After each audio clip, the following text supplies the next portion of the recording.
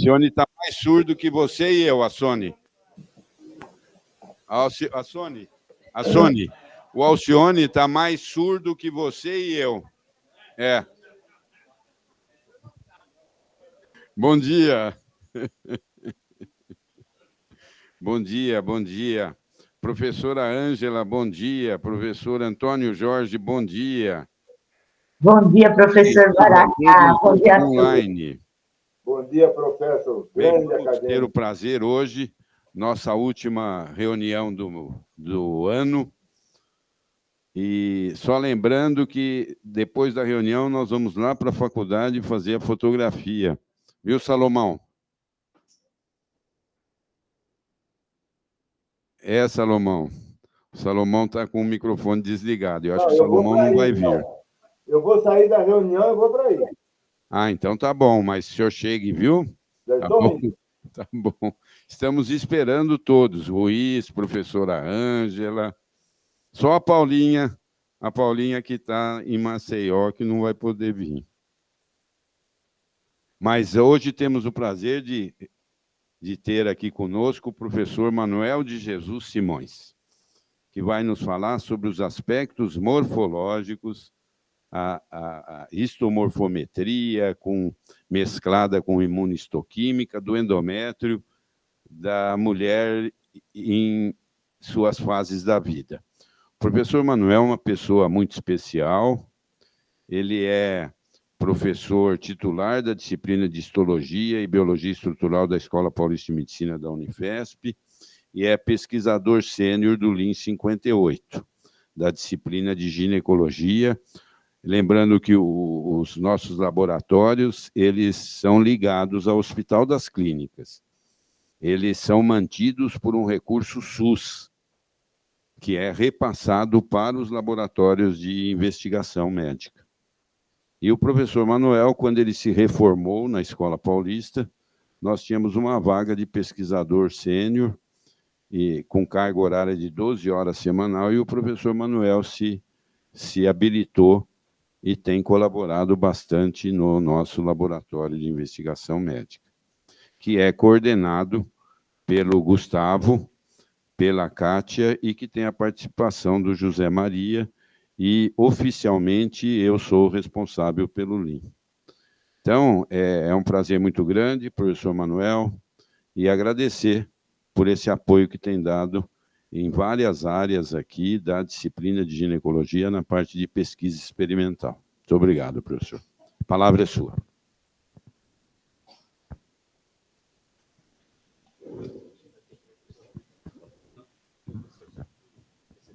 Isso aqui?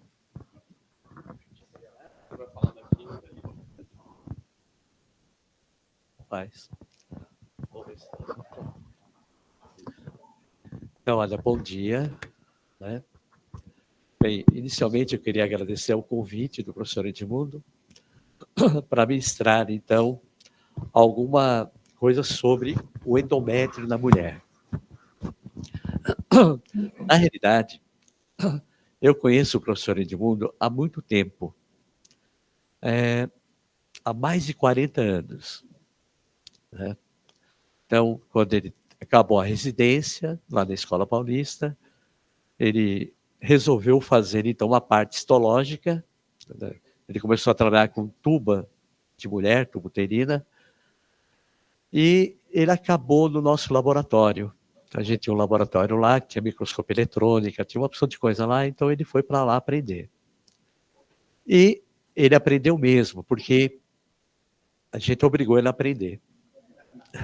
É diferente, hoje o aluno ele vai para o laboratório tentando ter o resultado. Na época não, na época o professor de lá, né, em 1980, 81, ele obrigava a pessoa a ficar no laboratório e aprender. Então, aprendeu a morfometria, aprendeu a ver microscopia eletrônica, aprendeu não sei o que lá, e valeu, né? Até hoje ele usa isso aí, né? E no nosso laboratório, a gente trabalhava mais com animais de experimentação. Trabalhava com o Dr. Cullen, Luiz Cullen Júnior, que faleceu esse ano. A gente trabalhava junto, ele era da disciplina, ele teve um problema na obstetrícia, foi para a histologia. Então, a gente trabalhou durante uns 30, anos, até ele se aposentar, para vocês terem ideia. Né? Então, a nossa área é mais nos animais, mais em ratas, que é totalmente diferente do ciclo menstrual. Né? Então, a rata, na realidade, os níveis hormonais, todo o fluxo hormonal é diferente. Mas eu aproveitei, né, já que era endométrio, eu aproveitei, então, muitas fotografias, muito material da tese de livre docência do professor. Então, grande parte, vocês vão ver aqui, é da livre docência dele, que ele trabalhou com endométrio. Na época, acho que foi 2001, não foi? Eu acho que foi a livre docência, né? Que ele trabalhou, então, com parte de microscopia de luz, morfometria, histometria e microscopia eletrônica, tanto de transmissão quanto varredura, tá bom? Repare bem, você sabe mais de endométrio do que eu, né? Que esse é o dia a dia de vocês, não é? O obstetra tem que saber bastante sobre endométrio. Já a gente entende mais outra parte, então, a parte metodológica, trabalhar com essa parte aí, né? Então, vamos lá. Então, eu vou tentar explicar alguma coisinha, se bem que eu não vou explicar muita coisa, do aspecto morfológico do endométrio nas várias fases de vida da mulher. Tá bom? Bem, a primeira coisa que a gente comenta seria a formação, então, do útero. Tá? Então, o útero vem da parte do paramesonéfrico, do ducto paramesonéfrico, que ele é uma invaginação dessa cavidade aqui. Então, todo o útero, ele vem do mesoderma, ou mesênquima, e daquele epitélio também, desse folheto embrionário, tá bom? E ao longo, então, da vida da mulher, ele vai sofrendo, então, modificações. Nessa parte ele vai se juntar, tá? Aqui embaixo, isso vai... São 2 ductos, depois essa parte vai desaparecer, vai se fundir, até que na mulher adulta fica assim. Isso aqui eu tirei do capítulo de livro que o professor Baracá e o professor José Maria publicaram em 2014, tá bom?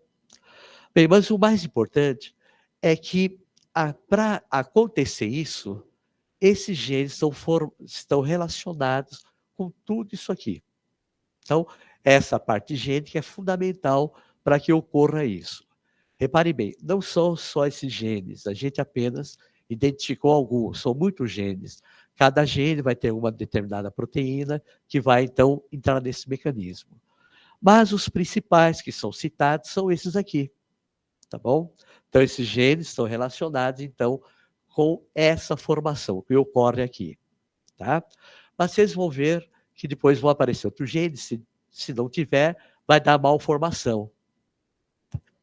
Aqui foi tirado do livro do Sadler, aonde, então, está mostrando essa reabsorção, essa forma do útero, a forma que vai adquirindo e vai formando desse jeito. Nos animais, de uma forma geral, o útero permanece desse jeito aqui.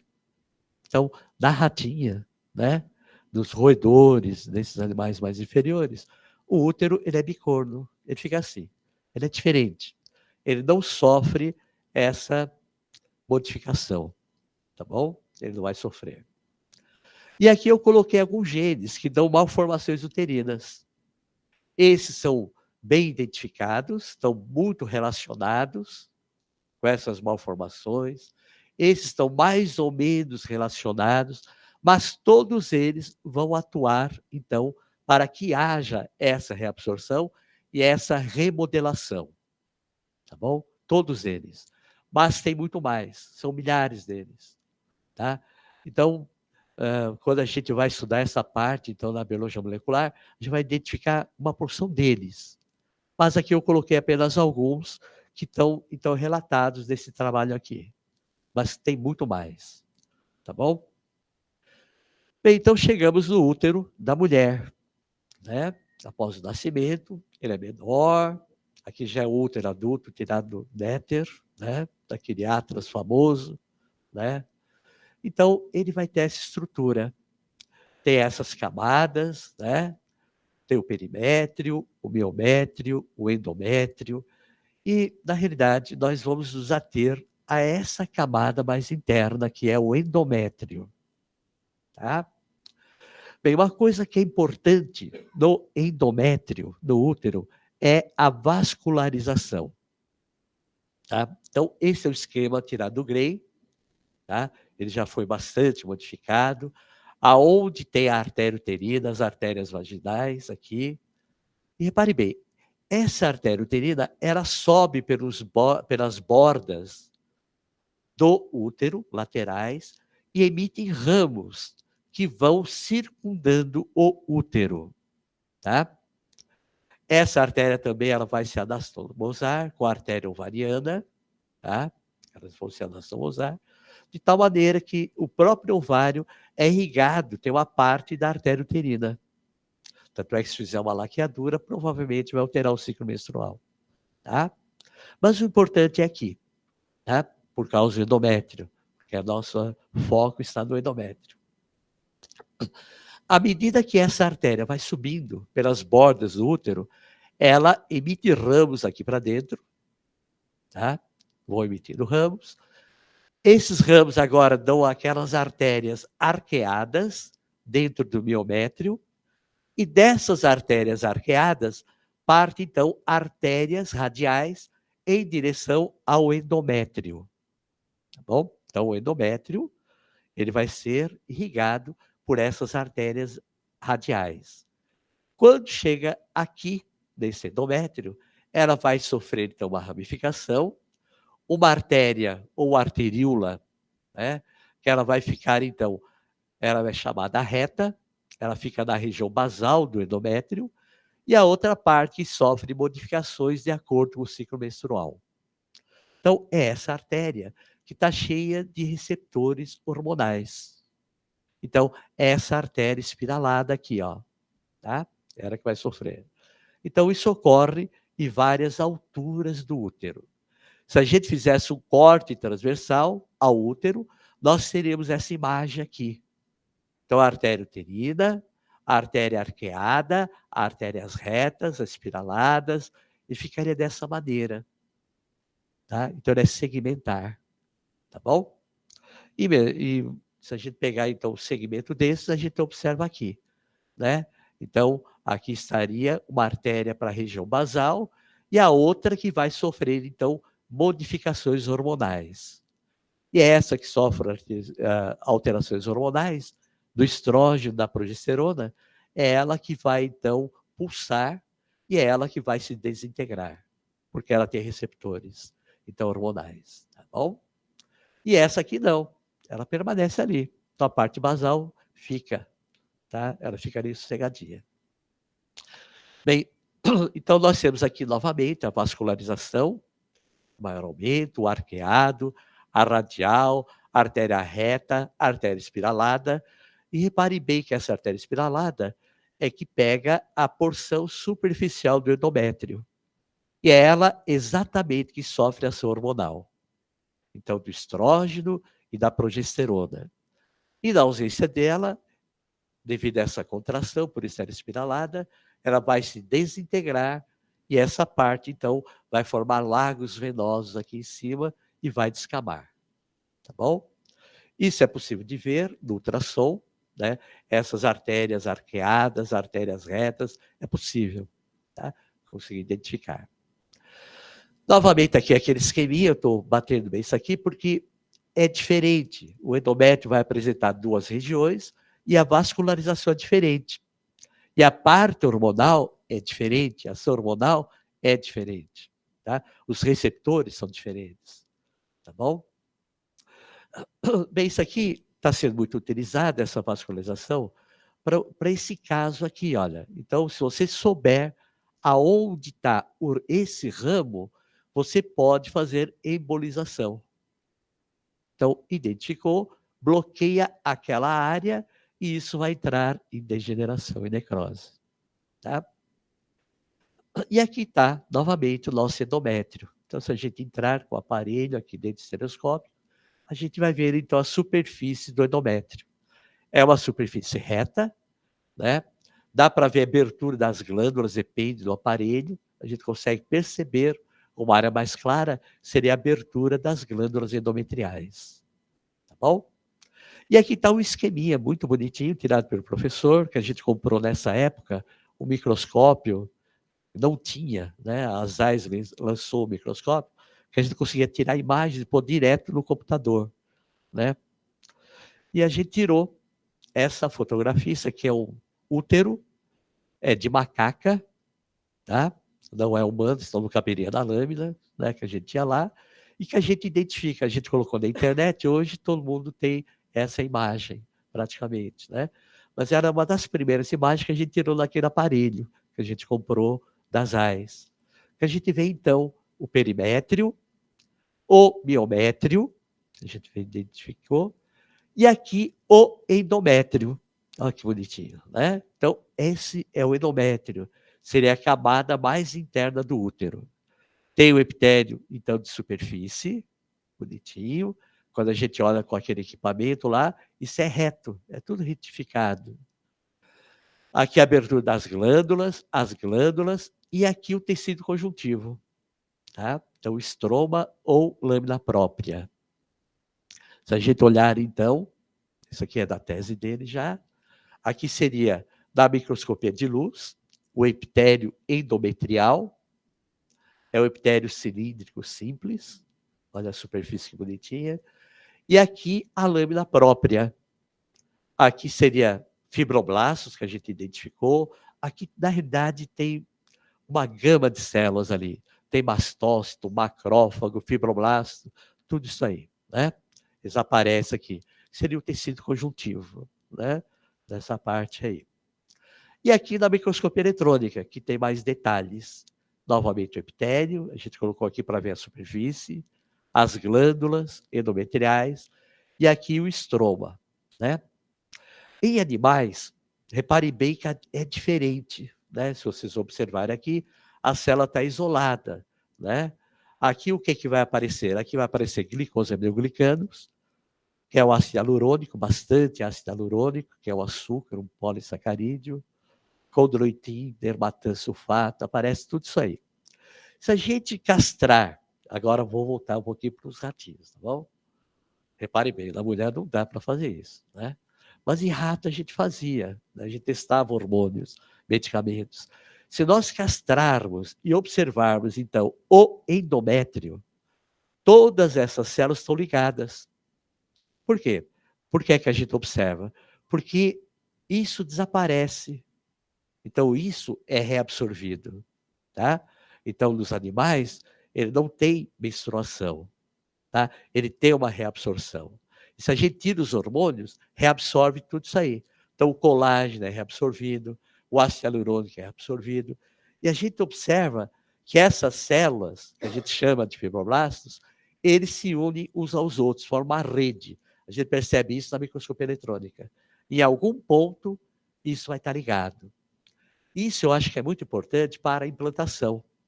Porque no momento que passa, então, o ovócito ou o zigoto, ele bate aqui nessas células, passa informação para toda essa lâmina própria. Isso forma uma reação tecidual brutal ali.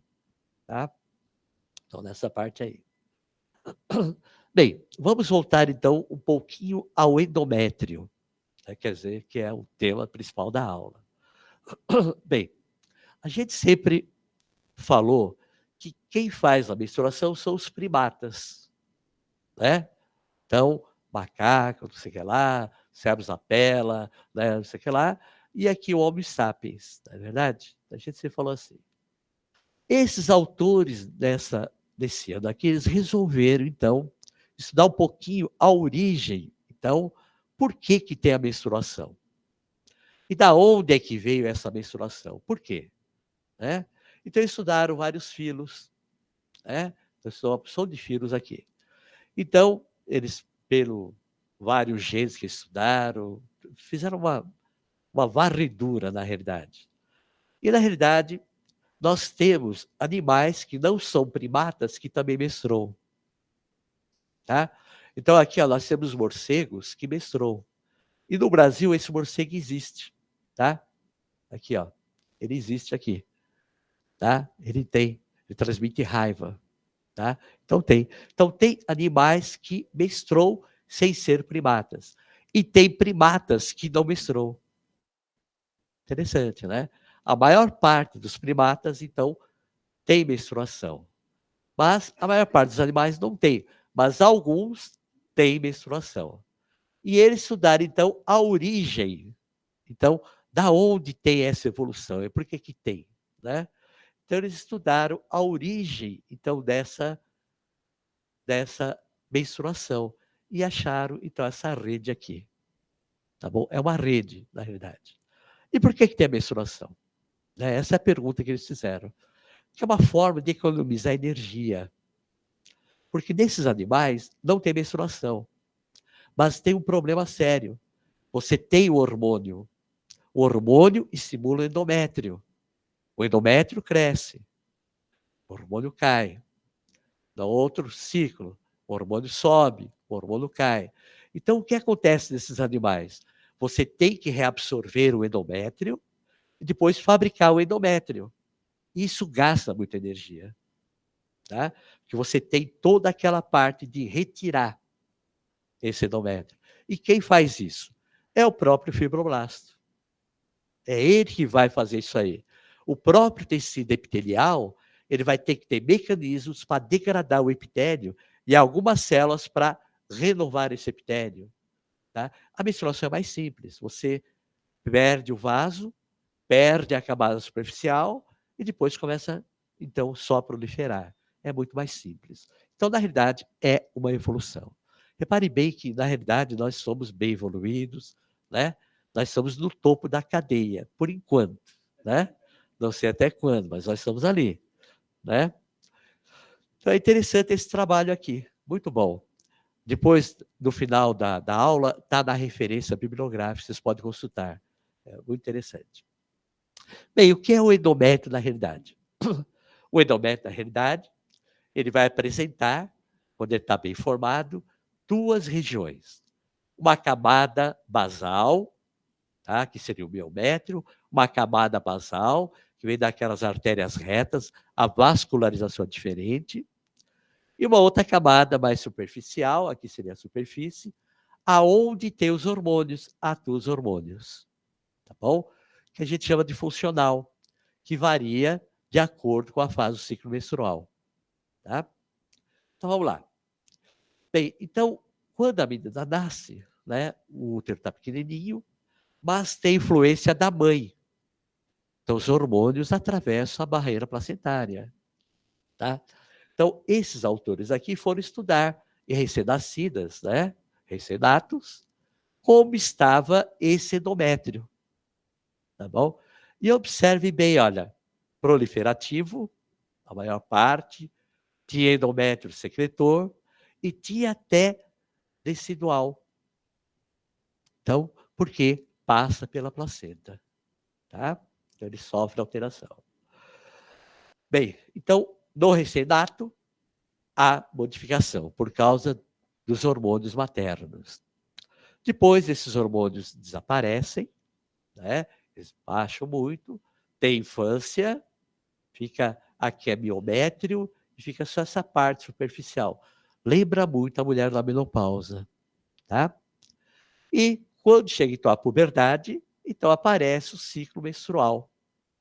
Primeira fase, segunda fase, né? E depois então a menstruação. E após a menopausa, com a queda dos hormônios, ele volta então a ficar atrófico de novo. Tá? Bem, tudo isso é regulado pelo hipotálamo.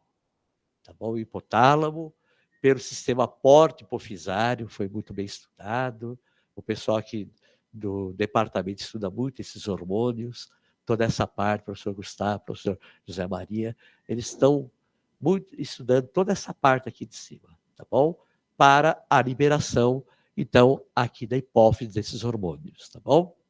Repare bem que a hipófise está na dependência do hipotálamo. Só é liberado se isso aqui mandar liberar, tá bom? E, por outro lado, o ovário está na dependência desses hormônios. E o endométrio depende do ovário, né? Então, o endométrio, na realidade, responde aos hormônios ovarianos.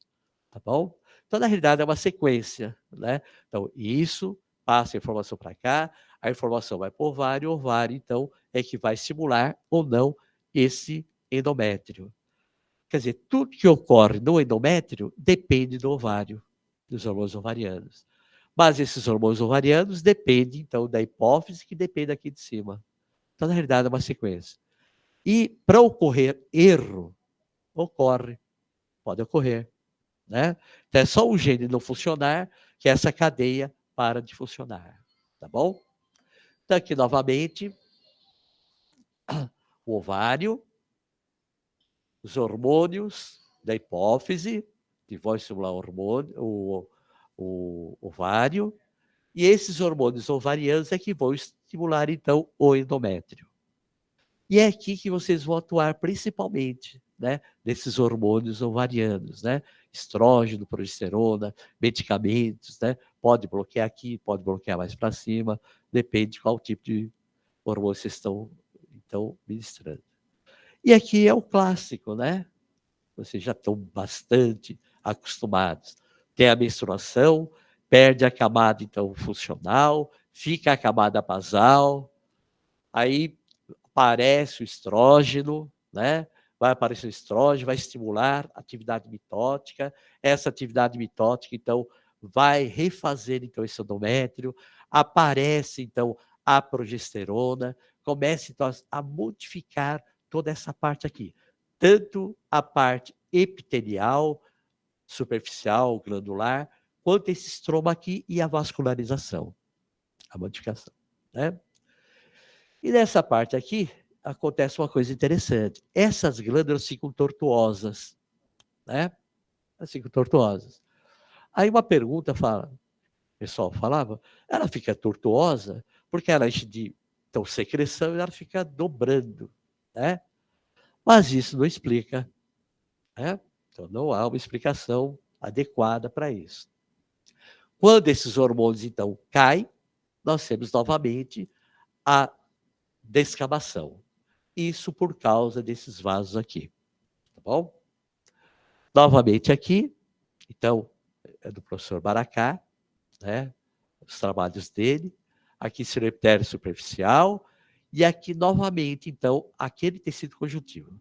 Essa parte clara que aparece nas lâminas, isso daqui, na realidade, é glicosaminoglicano. É principalmente ácido hialurônico. Mas é o ácido hialurônico de baixo peso molecular. Vocês têm vários tipos de ácido hialurônico. Mas aqui de cima, ele forma como se fosse uma gelatina. Tá? Então, é o ácido hialurônico de baixo peso molecular. E aqui aparece, então, os fibroblastos, como eu tinha comentado, aparecem plasmócitos, macrófagos, aparece, é normal. Uma população normal que aparece aí. Tá bom? E aqui está novamente, né? Então, toda essa parte aqui seria, então, os glicosaminoglicano, colágeno, principalmente colágeno tipo 3, que é o colágeno mais fino, né? Por quê? Por causa da implantação. Precisa estar o endométrio bem, bem edemaciado naquela área, né? Já a parte mais inferior, não, né? Então, novamente, aqui o esqueminha. Então, nós temos, então, a camada basal, repare bem, irrigado pela artéria reta. Isso não sofre alteração praticamente durante o ciclo menstrual. Mas tem uma camada que sofre, que é a camada funcional. Então, quando vem os hormônios, isso vai proliferar, vai revestir, o estroma vai começar a multiplicação, mitose, atividade mitótica muito grande nessa área, e isso vai crescendo, crescendo até ficar mais espesso, e essa artéria vai, então, novamente se formar, tá? Essa camada é a camada funcional, ela que se perde durante a menstruação. Essa permanece. E aqui está alguns genes da primeira fase, que é chamada proliferativa, tá? Alguns genes que o pessoal marcou que eles estão ativados. Mas, na realidade, é uma cascata de genes. Tem milhares deles ali, tá? Mas como ele publicou em 2012, eu falei, vou trazer para mostrar ao pessoal, né? Tem vários genes que estão relacionados, foram então identificados.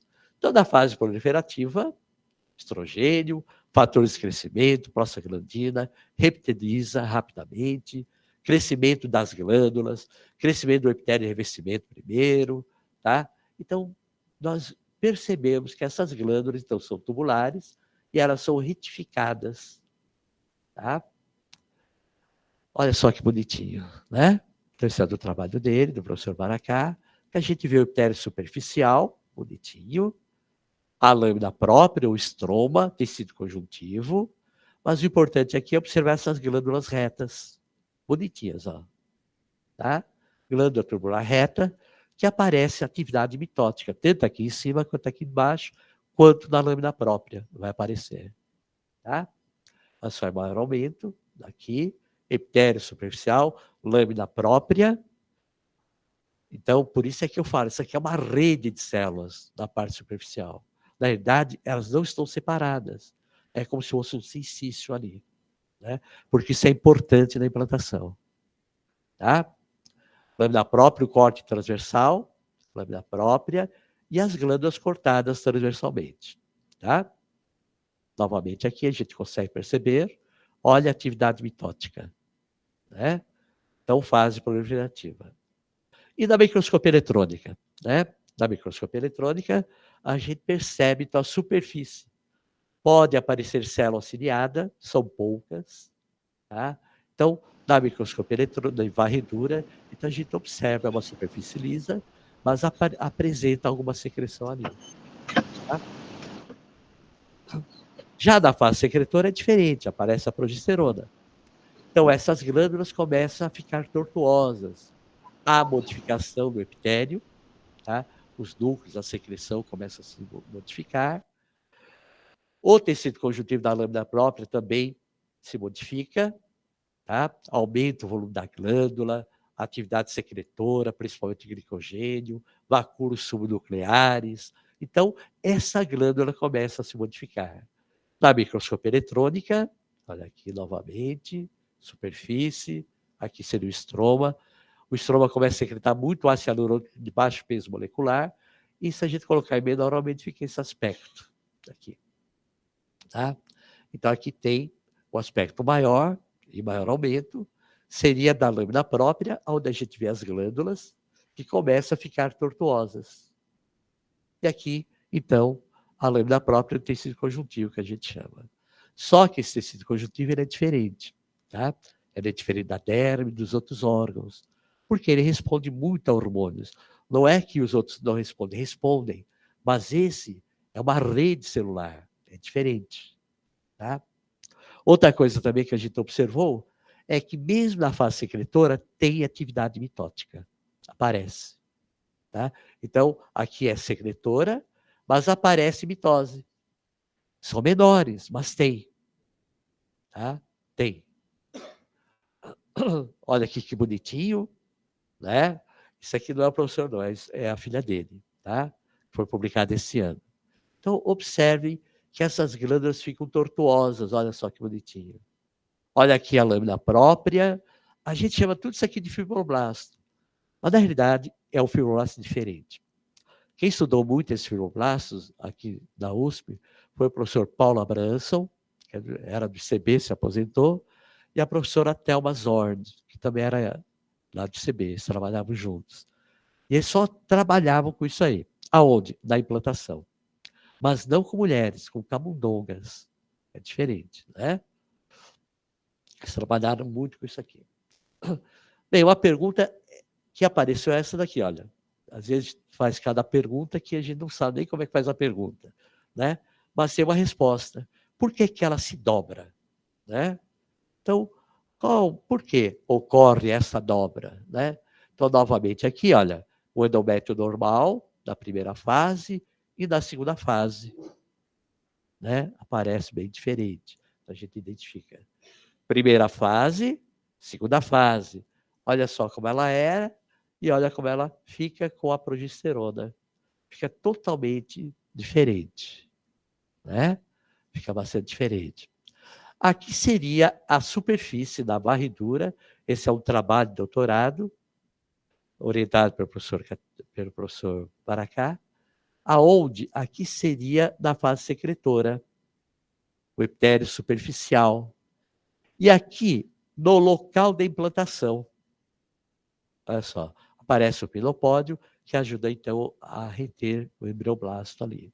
Né? É diferente. E aqui, novamente, só para a gente identificar. Primeira fase, proliferativa. Segunda fase, secretora. Então, ela é bem diferente. Então, aqui o autor desse livro, ele é uma histopatologia, ele apresenta as atividades mitóticas, né?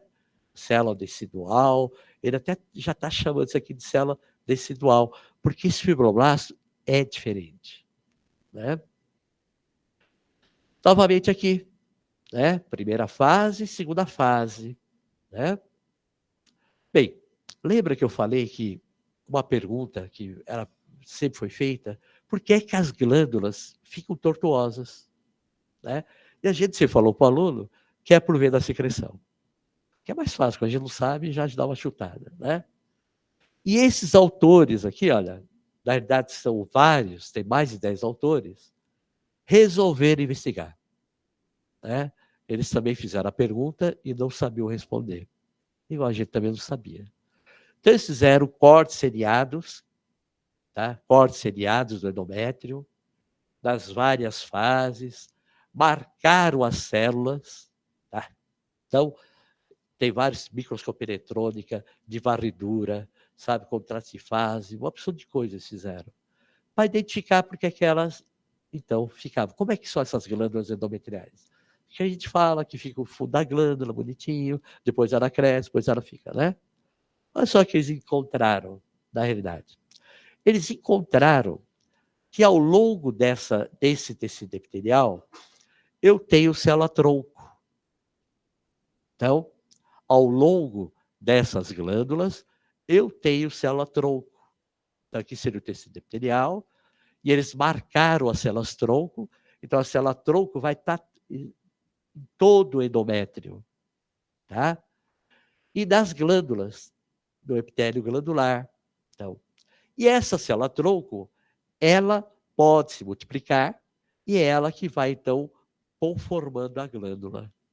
Então, são essas células que vão dar esse formato à glândula endometrial. Tá? E elas permanecem lá. Mas o mais importante é que eles fizeram um modelinho, quer ver? Ó? Né? Vamos ver se a gente consegue mudar. E agora não muda. Não responde. Vamos lá. Eles fizeram um modelo tridimensional. Onde é que muda aqui? O Bruno. É.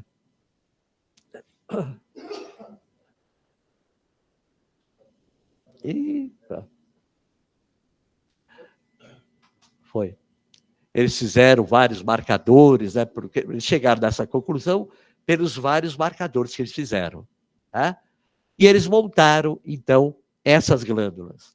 E descobriram o seguinte, olha, naquela região mais inferior, nós temos glândulas paralelas ao miométrio. Tá? Que a gente não sabia. Tá? Então, aqui embaixo, nós temos glândulas paralelas. Aqui, olha, em várias direções. E aqui em cima, aquela multiplicação daquelas células, tronco, é que vão dar, então, aquela conformação. Tá? Não é a secreção, e sim essas células tronco. Bom? Então, eles marcaram. Bem, depois, então, dessa fase proliferativa, né, aparece, então, a fase pré-menstrual e a menstruação. Que, na realidade, a queda dos hormônios, você vai alterar aquelas artérias espiraladas, né, formam-se lagos aqui em cima, e aí você vai perdendo toda essa parte funcional. Ela vai descamando. Tá? E essa parte mais inferior, ela vai ser preservada. Provavelmente esse esqueminha vai modificar com o tempo. Que o fundo das glândulas tem glândula aqui embaixo, paralela, aparece. E aquilo foi feito em mulher, né? Endométrio.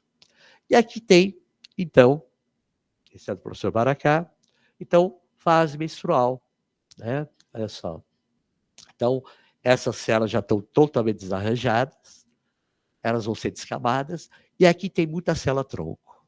Então, na menstruação, aparece células-tronco. Isso já foi publicado por vários artigos. Tá? E essa célula-tronco, a maior parte delas estão aqui nas glândulas, nesses restos de glândula. Bom? Bem, tudo isso é gênico.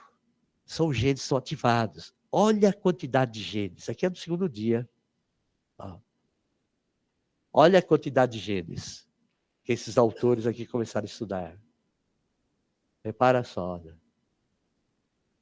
Repare bem que isso aí é da menstruação. Imagina na primeira fase, na segunda fase, que vai aparecer de genes são ativados, né? E aqui tem o esqueminha que aparece na internet, onde aparece bonitinho, né?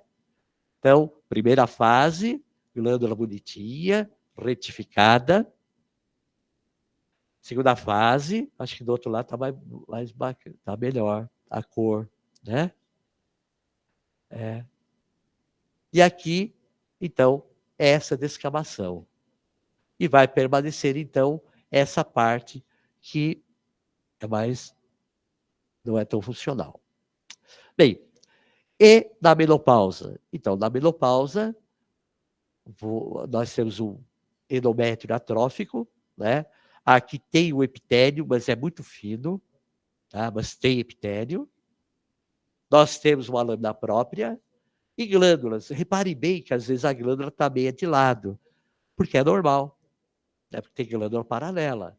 Por isso é que aparece, não é que é o corte, não. Aparece, porque sempre existiu isso aí. E aqui o miométrio, tá bom? Aqui é a espessura do endométrio durante as várias fases, então, né? Fase proliferativa, fase da ovulação, fase secretora, pós-menopausa, né? Retirada desse trabalho aqui, tá bom? Então, essa espessura endometrial varia de acordo com o ciclo menstrual, que varia, então, com os hormônios, tá bom? Bem, aqui esse trabalho é do meu filho, não é meu não, né? Orientado pelo professor Baracá, aonde ele estudou na fase proliferativa, e o professor Baracá, ele trabalha muito com ovário policístico, né? Ele se especializou nessa parte aí, né? E é a tese de doutorado dele, aonde ele pegou esses ovários e foi estudar, então, o epitélio superficial, o epitélio glandular, né? Da síndrome dos ovários policísticos. Repare bem que tem mulheres com ovário policístico que não menstruam, né? Mas ela tem altos níveis hormonais. Então, o que acontece com esse endométrio? Se esse endométrio não descama, né? Então, essa foi a pergunta, né? O que vai acontecer? Aí volta para os animais. Então, os animais têm o ciclo, não é chamado menstrual, é ciclo estral, é o estro, né? Que esses animais, roedores, né?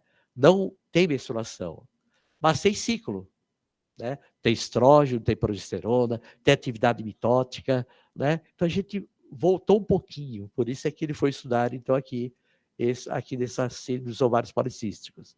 E o que a gente observa, então, olha, se a gente observar, então, aqui seria na primeira fase, aqui também, na primeira fase que ele estudou. Repare bem, olha aqui, ó. Você vai ter, então, uma atividade aqui, olha, de apoptose. Então, na realidade, ela é muito parecido com os animais. Por quê? Você vai fazer uma remodelação, mas retirando e depois secretando. Retirando e secretando. Senão chegar uma hora que o endométrio ficava enorme, ocluía tudo. E não ocorre. Esse endométrio ele tem que ser retirado e depois modificado, né? Então ele fez isso aí. E ele estudou várias coisas. Aqui, se ele usasse hialurônicos, tá? Da mulher, né? Normal, PCOC, né? Síndrome ovário policístico, aqui seria o controle. Os vários tipos de ácido hialurônico, ele é diferente, né? E aqui já é da filha dele, fase proliferativa, fase secretora, que meu filho não fez essa fase, né? E aqui com assim, do ovário policístico.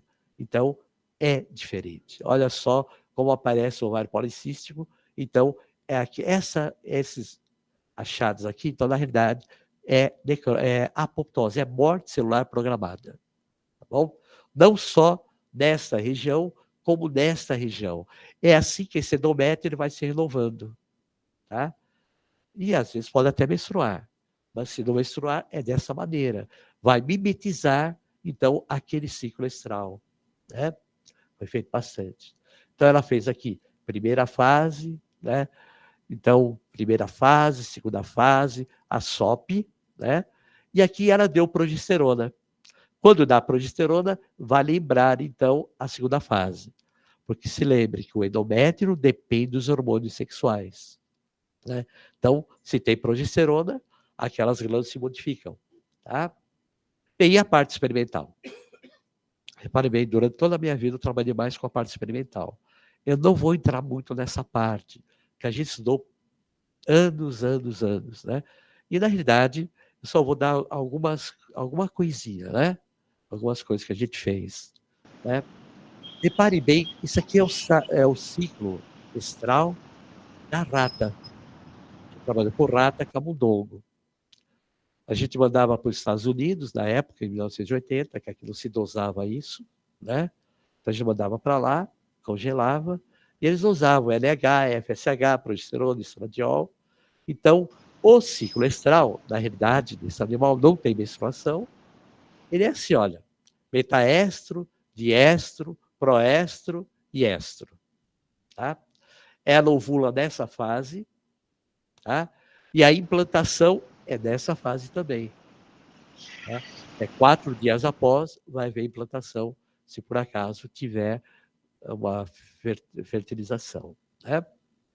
Eu me lembro que o professor Junqueira, quando a gente começou a estudar ciclo estral, eu trabalhei um pouco com ele, lá do ICB, né? Antes de ele vir para cá, isso é 84, eu fiquei com ele, e ele achava incrível isso aqui. Ele não entendia esse negócio. Ele achava que a rata menstruava. Eu falei, professor, não menstrua. Aí, você já ficou no laboratório? Eu dormi um dia no biotério para ver se ela menstruava. Né? Mas todo mundo falava que não menstruava, mas ele falava que menstruava. Eu dormi lá. Né? Eu falei, professor, não menstrua. Tem certeza? Tenho. Né? Que ele era teimoso. Alguém teve aula com ele aqui? A senhora teve aula com ele, não teve, professora? Você também? Não era teimoso? Teimoso, mas teimoso. Quando põe uma coisa na cabeça, ninguém tirava. E eu dormia no biotério, pra vocês terem ideia, né? Para ver se menstruava, não menstruava. Né? Aqui está o copo citológico, né? Das fases são bem diferentes, né? Aqui é o estro desse animal, é estrogênio. Fase estrogênica, o raspado vaginal fica dessa maneira. No proestro, fica dessa maneira. E aqui fica, então, no diéstro, seria o metaéstro, tem muito leucócito, e o diéstro propriamente dito tem muco. Então é fácil identificar. Por isso é que a maior parte dos trabalhos são feitos em animais, né? Que é fácil identificar. E o ciclo é muito rápido, é bastante rápido, então dá para identificar facilmente. E aqui está, então, foi feito pelo professor Soares, aqui o endométrio de uma rata, né? Se a gente falasse que era, na realidade, humana, a gente poderia até falar que era, né? Tem o epitélio superficial, observe aqui, olha, então, aqui as glândulas, o estroma, e aqui é o éstro fisiológico, né? É o éstro normal. O professor Soares, quando veio de Minas Gerais, ele trouxe um modelo, que é a pinealectomia, ou seja, tirando a pineal, a rata entrava em éstro permanente, ou seja, mimetizava o ovário policístico, né? Então a gente estudava. Olha só, aqui seria o útero, né? Olha só. Olha só como aparece aqui, ó. Tá vendo? Isso é normal, tá bom? É a remodelação do epitélio e da lâmina própria, né? Quer dizer, então, e o colágeno? O próprio fibroblasto fagocita. É uma célula totalmente diferente, totalmente que a gente... E aqui é o modelo, né, do S contínuo. Aqui seria o normal, corpus lúteus, folículo em estado de maturação, e aqui é o S contínuo. A gente observa, então, os folículos maduros, mas não ovula. Né? Ela não ovula. Tá? Tem várias maneiras de fazer esse S contínuo. Ou a gente injeta propionato de testosterona após o nascimento, então até o 5º dia. Se você pegar uma ratinha, injetar propionato de testosterona, ela vai entrar em ácido permanente. E uma forma é tirar, então, a pinealectomia, fazer a pinealectomia, que ela também fica. Né? Então, tem várias maneiras, né, de fazer esse ovário policístico. Né? Então, aqui seria, então, aqui o ovário policístico, bonitinho, e aqui o controle. Né? Mas ele também falou o seguinte, tira a pinealectomia. Se você injetar melatonina, ele volta a ciclar. Porque, na realidade, é a falta da melatonina. Né? E com isso ele publicou inúmeros trabalhos, não foi? Não é verdade? Então, vários trabalhos. Então, dá para estudar muita coisa em animais. Tá? E aqui, só para terminar, então, só para ver aqui, olha, ovário policístico, olha o endométrio como fica. Tá? Ele fica diferente. Tá? Ele, às vezes, fica até estratificado desses animais do ovário policístico. Mas se você castrar, fica igual um rato normal. Não vai alterar nada. Né? Quer dizer, na realidade, são os hormônios então, sexuais que vão mexer, então, nesse endométrio. E aqui eu coloquei no final as referências. Então, tudo está mostrado lá, tem aqui alguma coisa que vocês podem consultar.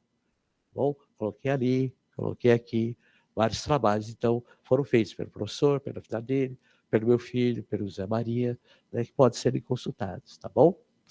Então, muito obrigado, que tenha contribuído em alguma coisa, né? Parabéns pela excelente apresentação, no tempo certinho. Olha. Não, mostrando sua experiência, realmente, todos esses trabalhos tiveram a sua mão.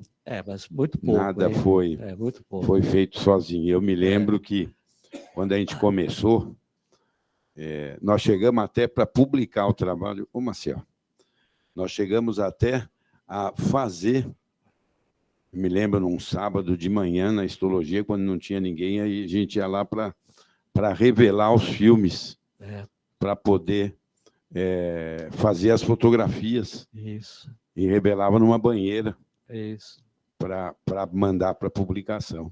É verdade. Mas isso era uma época bem primitiva. Bem primitiva. Hoje Se a gente mais for comparar fácil, com hoje, não existe. É mais fácil. Realmente não existe. Então, parabéns, professor. E eu só tenho realmente que agradecer por toda essa contribuição que, nesses modelos, o modelo nosso que nós desenvolvemos, do hipoestrogenismo em ratas adultas, castradas, que teve até estudos do hipocampo, CA1, após reposição hormonal, o estro permanente, que foi muito bem mostrado, que eu me lembro também da pinealectomia, que foi trazido pelo José Maria, quando era nulo, lá em Uberaba, a luz contínua, que também é uma outra forma de determinar o estro permanente, a melatonina, né, a pinealectomia. Então, eu acho que toda essa linha o senhor tem realmente, foi um norte nisso tudo, eu acho que é importante. Então, eu trouxe mais a parte humana. Sim, né? sim. Eu não trouxe a parte experimental, sim, mas a gente tem sim. muitos trabalhos experimentais. Né? Mas eu não trouxe. Eu Não, mas fiquei foi mais muito na bom. parte humana, que eu acho que Muito é bom. mais interessante. Né? Perguntas? Pedro Monteleone.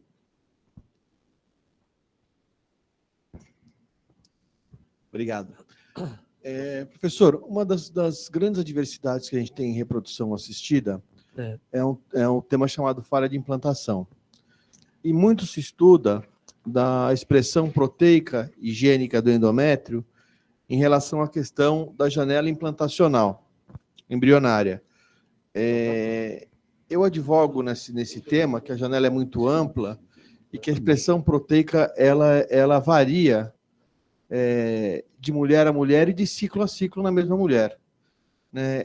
Eu queria saber qual que é a opinião que o senhor tem em relação à questão gênica endometrial em relação à implantação embrionária e à expressão proteica. Tudo isso é tudo gênico, né? E depende dos hormônios. Repara bem, o endométrio está respondendo diretamente aos hormônios naquele momento. E repare bem, nesse ciclo, né? Repara, o ciclo não é igual ao outro. Ele é diferente. A atividade gênica é diferente.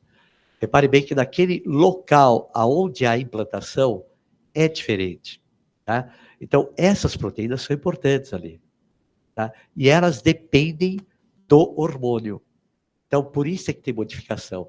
Não quer dizer que da mesma mulher pode variar. Por isso é que tem falha de implantação. Tá? Você vai ter o hormônio, mas a quantidade não é suficiente. Tá? Ela é diferente. Só complementar um pouquinho?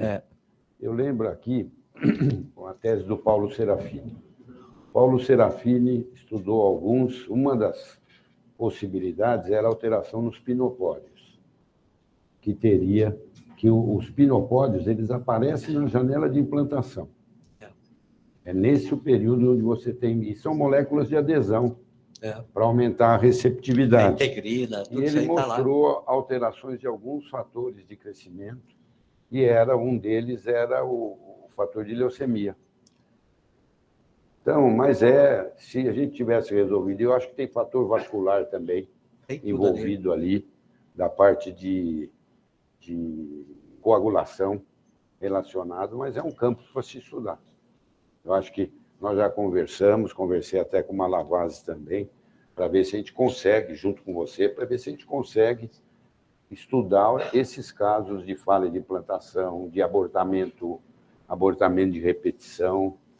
Eu acho que são perguntas ainda que tem para ver. E aqui também, eu lembro da tese do professor Salvatore, nisso que ele mostrou. O Messina pediu a palavra, eu já vou passar para ele, mas o professor Salvatore mostrou que tinha hipertrofia e hiperplasia dessas arteríolas nos casos de sangramento, do antigo sangramento uterino disfuncional, e e não resolvia com nada, mas ele mostrou que 50%, 60% dos casos melhoravam com a curetagem, porque você retira essa camada funcional hiperplasiada. Então, isso é uma possibilidade. Está cheio, só um pouquinho, tá cheio de fatores ali, né? Tem muitos fatores aí. O cortisol vai alterar. A gente estudou muito cortisol também em animais. Ele altera tudo, sabe? Sempre vai ter alteração, tá? Mas é interessante, essa parte é muito bonita, né? Mas é um mundo que está ali, né? Até você... Ainda bem que a gente não sabe direito, né? Sim. Ainda bem, porque é campo para pesquisa, né? Fatores, todo fator que você vai estudar, ele vai alterar. Sabe? Messina. Professor, parabéns. Eu trabalho com uma parte específica de tratamento que se chama embolização. Eu vi que o senhor até mostrou aí uma passagem de umas esferinhas, né?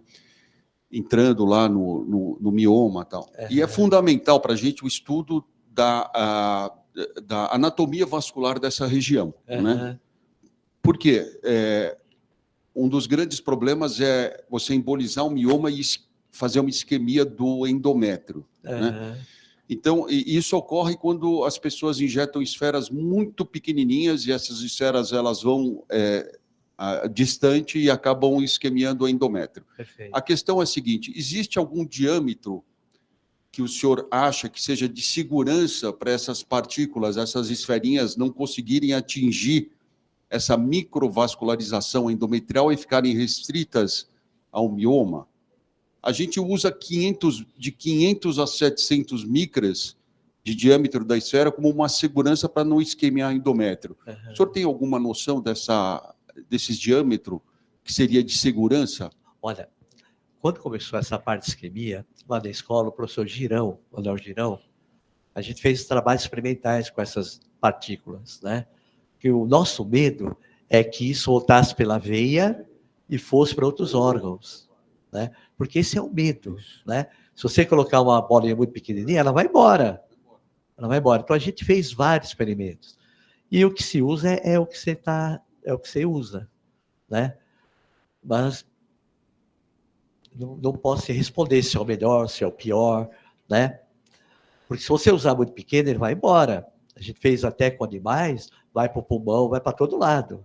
Então, essa esfera tem que ter um diâmetro mínimo, né? Porque ela vai mesmo, né? Porque ela volta, né? Ela vai para as veias e vai embora. Tá? Obrigado. Eu acho que é melhor você continuar com o que é recomendado, né? Dani. Bom dia, professor. Obrigado pela apresentação. Eu tive o prazer de fazer parte do meu doutorado no seu laboratório, misturando aí endométrio e fertilidade. Só queria acrescentar no comentário sobre a questão do Dr. Pedro, dois dados que são importantes. A gente teve um grupo controle fértil e uma população infértil aqui do CRH, que as pacientes que eram férteis, o endométrio amadurecia como um todo. E todas as pacientes férteis, o endométrio era totalmente secretor na fase de implantação, e as pacientes inférteis, boa parte delas tinham um amadurecimento heterogêneo, né? Então, a gente tinha algumas pacientes que tinham endométrio proliferativo e secretor ao mesmo tempo, mas só no grupo infértil. Então, acho que essa falha de implantação mistura vários fatores diferentes. Você pode ter problemas vasculares. Nós tivemos aí infiltração de leucócito. As pacientes com fator tuboperitoneal, 25% delas tinham endometrite, né? Então, inflamações, amadurecimento irregular. Então, a gente está vendo a via final aí, o negativo, mas talvez tenha uma mistura aí de vários problemas que podem afetar o endométrio. Obrigado. Perfeito. Tá ótimo. Já aprendi mais uma coisa. Mais alguma pergunta? Desculpa, Iso. Parabéns, professor, pela apresentação. Nós estamos nos deparado cada vez mais com mulheres que nós temos dificuldade de fazer o endométrio proliferar para receber o embrião. Principalmente mulheres usuárias de Mirena e principalmente agora as mulheres usuárias de implantes à base de hormônio masculino. O senhor acredita que esse mecanismo de apoptose que o senhor apresentou, que pode acontecer no ovário policístico, pode estar acontecendo nessas mulheres? Porque eu acredito que daqui para frente todos nós vamos ter cada vez mais casos assim, né? O senhor acredita nisso? Acredito. A gente está olhando até material que colocaram o DIU, a gente observa que tem uma reação violenta naquela lâmina própria. Tem muito macrófago, muito leucócito, eosinófilo, né? Porque o eosinófilo, ele tem uma proteína que é colagenase. Então aparece ali e começa a destruir aquilo lá. A gente observa o epitélio também, começa a ter apoptose ali também. Eu acredito sim. Tá? Ele é totalmente diferente. O endométrio é uma reação violenta. Tá? Ô, Iso, eu vou falar, eu sempre me interessei pelo endométrio, em estudar o endométrio, que eu acho que é uma glândula, não sei se eu posso chamar, mas eu considero, e ele é um receptáculo de muitas influências. O professor Manuel mostrou, gênicas, inflamatórias, hormonais, e é um enigma. Na área de vocês, que o Pedro falou aqui baixinho para mim, que é muito ligado à reprodução, e as perguntas são, veja, os que estão falando aqui são todos reprodutivos nas questões. E por que você induz ovulação na SOP? Você induz ovulação, chega a ter 80% de ovulação, não é isso? Valores de 60%, 80%. Tem aqueles valores extravagantes que a gente não sabe se é Black Friday, né?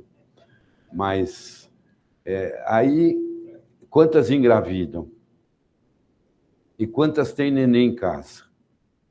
É muito pouco. O problema está no endométrio. O problema está no endométrio. Nós tentamos fazer um estudo, que foi a tese de doutorado da Maria Cândida, que teve a participação nossa, do nosso grupo aqui, com o professor Ricardo Aziz. E foi a sugestão dele da gente usar a progesterona em alguns grupos para ver. E não foi suficiente. A suplementação de progesterona, numa dose habitual, não foi suficiente para neutralizar, para reverter o endométrio proliferativo crônico, que é um estado de éstrito permanente, como se fosse no animal, na SOP, que é só ação estrogênica. Então, tem esse aspecto. O outro aspecto, que foi o que o Ricardo Simões mostrou no doutorado dele, que é na atuação nos glicosaminos, glicanos de baixo peso molecular, que estão ligados com oncogênese.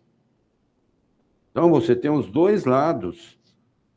Então, eu acho que falta estudar o endométrio. A gente tem que estudar mais o endométrio ainda do que já é estudado, principalmente relacionado à infertilidade. E tem o aspecto oncológico também. Por isso que um dos objetivos do tratamento da SOP é evitar lesões hiperplásicas do endométrio a longo prazo. Então, eu acho que vocês têm a faca e o queijo na mão. Já falei para o Pedro, para a gente prosseguir com os estudos do endométrio no centro de reprodução humana. E nesses casos de infertilidade, de aborto de repetição e de ovário policístico. Né? Professor Nilson Mello, por favor. Então, meu negocinho aqui. Primeiro, professor Manuel, queria parabenizar pela bela apresentação que faz a gente refletir sobre muitas coisas. Teria muita coisa a falar, mas vou tentar resumir. A primeira delas é a respeito das coelhas, né? Coelhas como os ratos, os roedores, de uma forma geral, têm 2 hemiúteros, né? Essa foi a pesquisa do Jaime Zipper, no Chile, que idealizou o DIU de cobre. Num hemiútero ele colocava cobre e no outro hemiútero ele não colocava cobre. E ele percebeu que no hemiútero com cobre não engravidava. E o DIU sem o cobre, naquela época, o T, chegava a dar 18 por 100 mulheres anos de gravidez.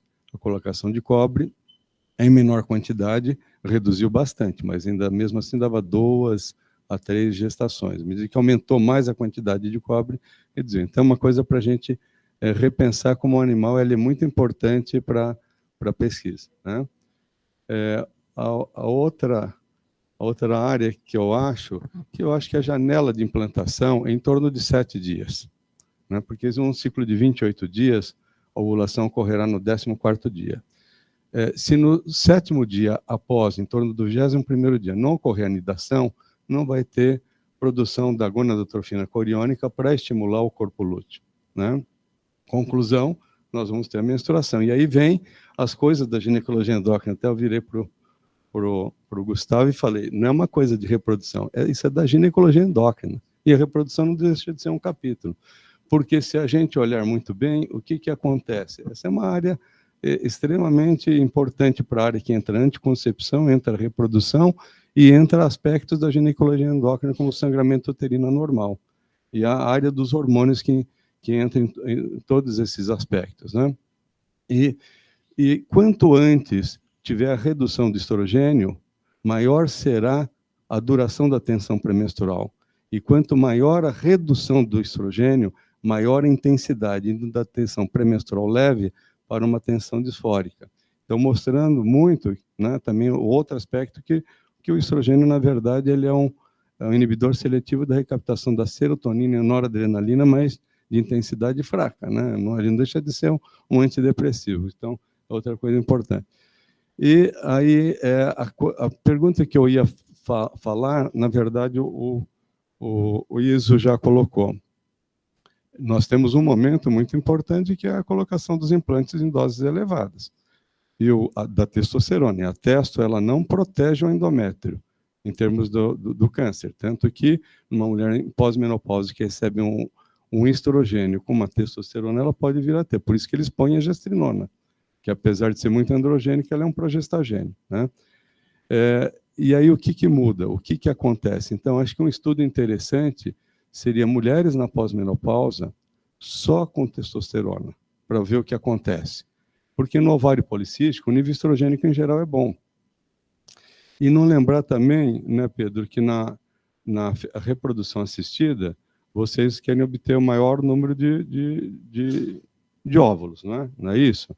E quando você faz isso, você aumenta muito a produção de estrogênio. Estrogênio não é anticonceptivo, mas em doses muito elevadas, mesmo 17-beta-estradiol pode ser. Essa é uma coisa muito importante que o Rogério Lobo colocou no passado, acho que foi em torno de 92 ou 93, sobre esse aspecto. Ele se torna também um anticonceptivo. Talvez por isso que a teoria do Malthus talvez não se fez tão adequada, ele, apesar da grande inteligência dele, né? Que se não fosse, talvez, esse aspecto reprodutivo de dificuldade de 20%, né, em mulheres mais jovens de gestação, teria tido uma explosão mundial, né? Teria tido uma explosão mundial hoje, não teríamos os 8,2 bilhões. Então, eu acho que e entra os genes e entra as substâncias que formam, né, que eu acho que é de fundamental. Então, o endométrio, ele, ao mesmo tempo que eu concordo com o Baracá, ele é uma glândula, ele, ao mesmo tempo, várias substâncias, não só hormonais, mas moleculares e genes vão atuar sobre ele. Daí a grande dificuldade, né? Ele é o alvo final, né? Então, esse é um grande problema. Tá? Mas queria parabenizar, que isso faz a gente pensar em tantas coisas. Uma aula como essa faz a gente refletir em anticoncepção, nos aspectos reprodutivos, nos aspectos oncológicos, no caso também de reposição hormonal, né? Então, parabéns pela belíssima apresentação, com figuras deslumbrantes, né? Que, se permitirem, eu vou tentar utilizar em aulas minhas, que algumas figuras fantásticas. Eu esqueci, professor José Maria tinha pedido a palavra. Professor Manuel, parabéns, foi excelente. Também há vários anos a gente toma café da manhã juntos, né, e discute os projetos. E até eu me lembro uma época que a gente estava discutindo sobre expressão gênica, até para responder do Pedro sobre a expressão proteica, né, que não é uma coisa fácil, porque existe uma adaptação dinâmica da expressão gênica. Um gene ativa o outro e assim por diante, e você tem mecanismos até de frear aquela expressão gênica. Aí você tem metilação, tem o RNA, e você faz a inibição sobre aquela região ou sobre outro RNA, e isso vai gerar, depois, uma expressão gênica diferente. Então, durante o dia, a gente vai ter várias adaptações finas. Essas adaptações finas são muito difíceis de ver. Por quê? Eu tenho uma hora certa. Quando o defeito é muito grande, é fácil a gente ver. Mas quando é algo delicado e que a gente às vezes não consegue ver pela pesquisa, a gente fala que é idiopático. Mas é uma imprecisão da nossa ciência, da forma que é feita. E uma forma disso foi até que uma doença que todo mundo conhece, que é acima de asma, de aderências intracavitárias, a Arlete, ela fez um trabalho há um tempo atrás e nós publicamos agora no Plus One. E o que ela viu naquela época? Ela fazia pulsatilidade de FSH e também de esteroides. Só que ela achou o quê? Uma pulsatilidade discretamente diminui o FSH. E, recentemente, o que nos ajudou e colaborou para a publicação é que teve um grupo que mostrando que essa falta de sincronia, às vezes de FSH e de produção na época correta, vai ter uma alteração na expressão gênica que pode dificultar a reparação do endométrio. E aquele processo inflamatório que tinha, mesmo se tirando, ele pode, às vezes, retornar, ou essa paciente pode ter uma infertilidade. Então, são essas pequenas mudanças que é difícil na medicina. E é isso que o professor Manuel está fazendo há vários anos, né, professor Manuel, que discutia, né? Como que a gente faz para detectar essas pequenas mudanças? E eu queria dar, então, os parabéns ao professor Manuel por tudo que ele fez e tudo que ele é. Ele é um dos professores homenageados da Escola Paulista, já recebeu vários prêmios internacionais, inclusive, né, esse ano vai ter o Congresso Mundial de Morfologia, que vai ser aqui no Brasil, né, e eu fiquei sabendo também que ele vai ser homenageado lá. Então, gostaria de uma salva de palmas para ele por tudo que ele fez. Professor Manuel, o reformado é usado lá em Portugal, que é melhor aqui que no Brasil, aposentado. É, professor reformado. Bem, agora nós vamos fazer a fotografia lá na Faculdade de Medicina, na entrada do prédio principal da faculdade, que fica junto com o primeiro professor catedrático de ginecologia da Faculdade de Medicina da USP, doutor professor Arnaldo Vieira de Carvalho. Ele era cirurgião, mas ele foi o primeiro professor aqui. E eu quero agradecer os que estão online e professor Geraldez Tomás. Aquele abraço, Geraldez. Vai, o meu abraço para você. Eu posso dizer uma palavra só? Pode, professor Geraldez, por favor. Dizer da maravilha que são essas aulas da sua disciplina de ginecologia, sob sua égide, e hoje, culminando com essa aula do professor Manuel, eu não pude acessar de imediato toda a constituição da aula, mas vi que é espetacular, porque eu acho que, quando se estuda endométrio, como reflexo praticamente de toda a ginecologia endócrina, tudo vem, desde o hipopálamo, hipófise, gonadal, a gente verifica que o reflexo para o endométrio é importantíssimo. E me recordo bem em pacientes usuárias de DIU na universidade, que eu batalhei tanto, eu peguei cerca de mais ou menos 50 pacientes que foram usuários de DIU e apenas 2 casos que biopsiava mostrava histopatologicamente uma endometrite, possivelmente por causa do DIU. Quer dizer, eu acho que praticamente o DIU não agride tanto o endométrio, porque as outras modificavam, vinha a normalidade praticamente endócrina sem nada se usar de imediato. Quer dizer, se passava 1, 2 ciclos, 3 ciclos, e elas depois normalizavam. E nós conseguiríamos o desiderato do que elas se apresentavam. Ou aquelas desejosas de engravidar, que não modificavam muito, portanto, o contexto, ou então aquelas que desejavam engravidar e podia ter alguma insuficiência, a gente utilizava as drogas do momento, ou aquilo que a gente faz, ou induzindo a ovulação, etc. Eu queria saber apenas do professor Jesus, infelizmente isso, e parabenizando mais uma vez o professor Baracá pelas extraordinárias aulas que tem evidenciado na sua disciplina, chamando pessoas de escola, como todos eles que apareceram até hoje. Eu acho espetacular.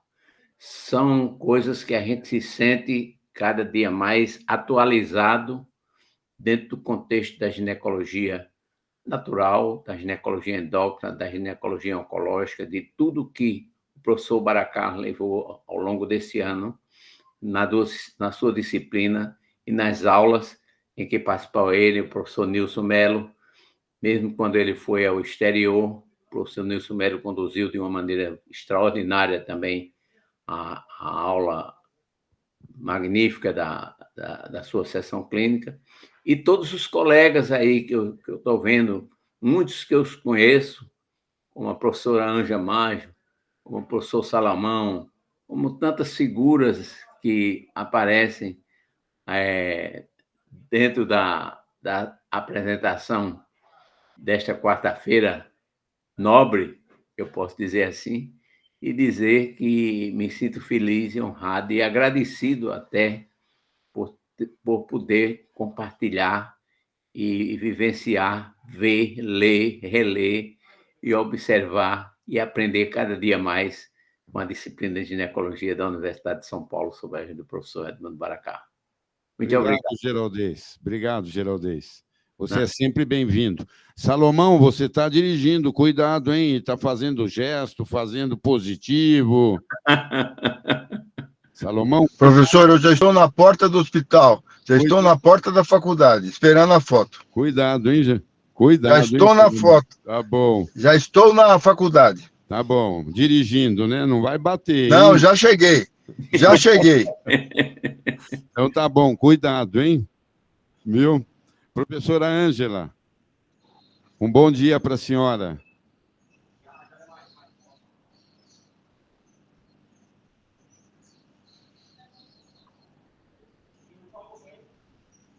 Não está conseguindo abrir o microfone. Né?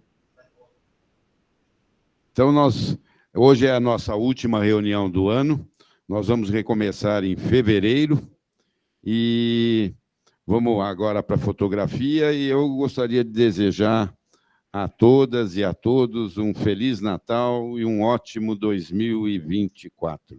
Com muita saúde, muita paz, e que nós continuemos em harmonia, trabalhando em prol do crescimento cada vez maior da disciplina de ginecologia da Faculdade de Medicina da USP e da Divisão de Ginecologia do Hospital das Clínicas da Faculdade de Medicina da USP. Professor Baracá. Oi, professora Ângela. Obrigado mesmo.